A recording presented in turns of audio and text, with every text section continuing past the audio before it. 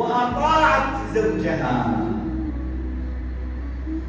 ويا للأسف كثير من بيوتنا اليوم تتأزم حالها.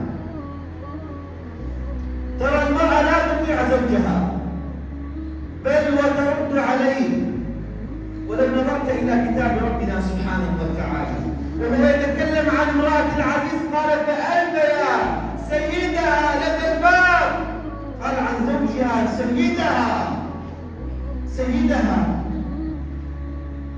لو كنت آمرا أحد أن يسجد لأحد لأمرت المرأة أن تسجد لزوجها.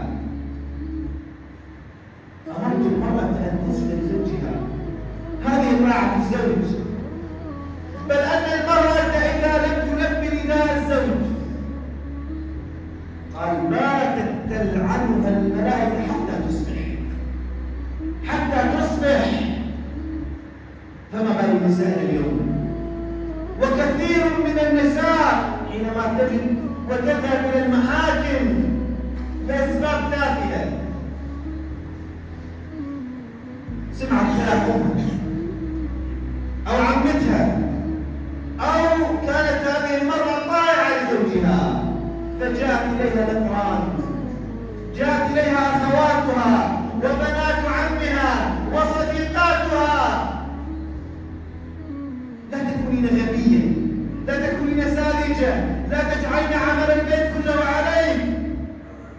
فهدموا بيتها وصلوا.